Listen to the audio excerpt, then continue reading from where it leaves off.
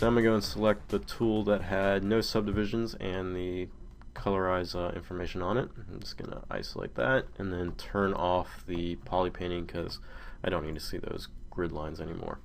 Then I'm going to make sure I have my insert mesh brush selected, and I'm going to hit M and I'm going to select the high res version with the rings.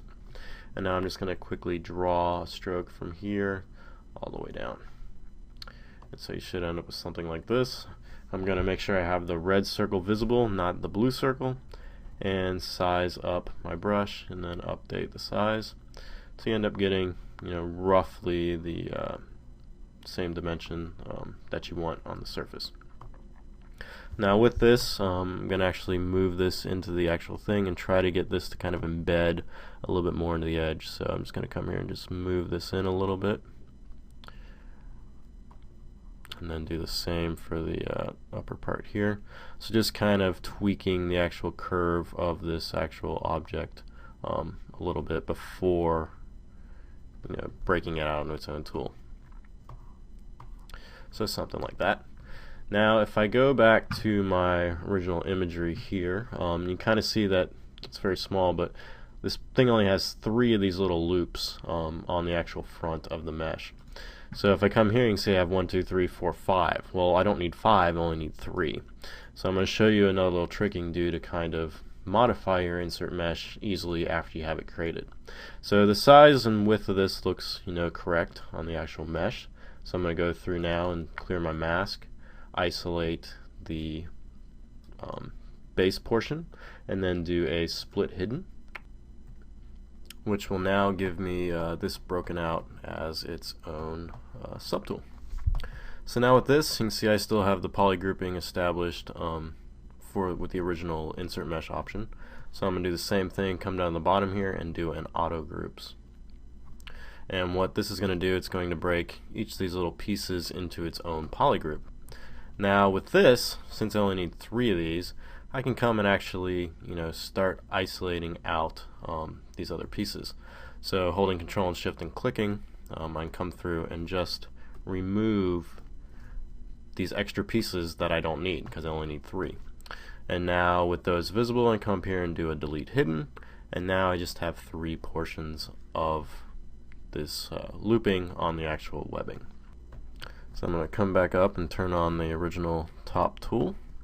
I'm going to go and now reconstruct the actual subdivisions on this mesh like I did for the other part. So just geometry reconstruct until I get to a topology that I find well enough for me to work with. And then make sure I have the actual mask by poly group off so my symmetry works correctly. So now with the low res version here, I can now use the move brush to just kind of position this a little bit more into the actual surface of the geometry here. And I'm actually going to come in and actually, we'll do some sculpting on the main portion as well to kind of make it look like it embeds into the actual surface here. So just kind of some tweaking like this.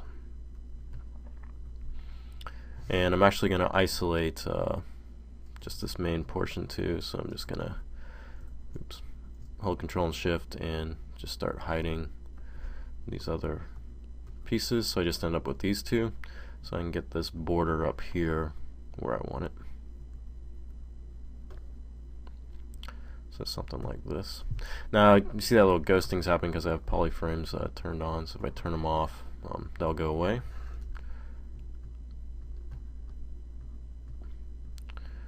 And getting it bumped up with that border. Now if I was doing this on the high end of this model without having this lower subdivisions, I'm probably making a big mess right now. So with the lower version of it, I can come in and just tweak it ever so slightly, and then when I actually come back up, it'll kind of smooth out and then still have all those high res details. So this works pretty well. So now unhide those and go back up and see what it looks like. So you can see it's starting to conform to that actual shape. Now if I want to reposition these a little bit more too, I can come in and isolate these. And now I'm just going to use the move tool and just kind of move these out a little bit. actually get them back here. I'm just going to mask these out quick, invert the mask, and now I can come in and just kind of, you know, position these a little more where I want them along the surface of that thing.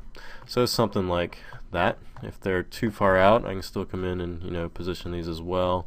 Switch to move, position them in, and then do rotate to kind of embed them back into the surface a little more. So just kind of more massaging of the actual object. Clear the mask. Now I'm going to come through and smooth some of these wrinkle lines out here, since I don't have any loops up there, so these areas right here aren't needed. So I'm just going to choose a standard brush and just come in and smooth these out.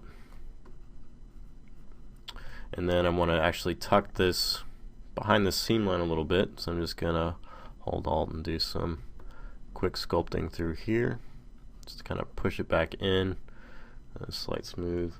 And then switching to the move brush, just kind of position this back into that model a little more. So one nice thing, after you have these insert mesh brushes established, you can still come in and do quite a bit of sculpting on these actual tools, which is pretty nice. So something like that, and then come in and clean this up a little bit more, smooth out that piece there. Just gonna bring this up slightly. So something like that, and then we'll go and put some tension lines in, really rough.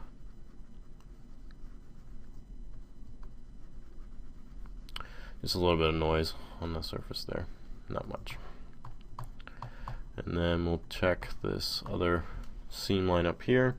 So I'm going to go back to the move thing and just kind of finesse these in a little bit. Move it a little bit in. So I want to be a little bit behind the actual seam.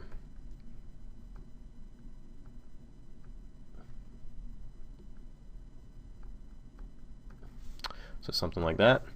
And then this one loop's still bugging me a little bit, so I'm going to isolate it. Control Shift and click, and just move this portion down a little bit, so it gets more of a kind of dimension like that. And I'm going to do the same to the other side. So there you go. So that's how basically the edging was created.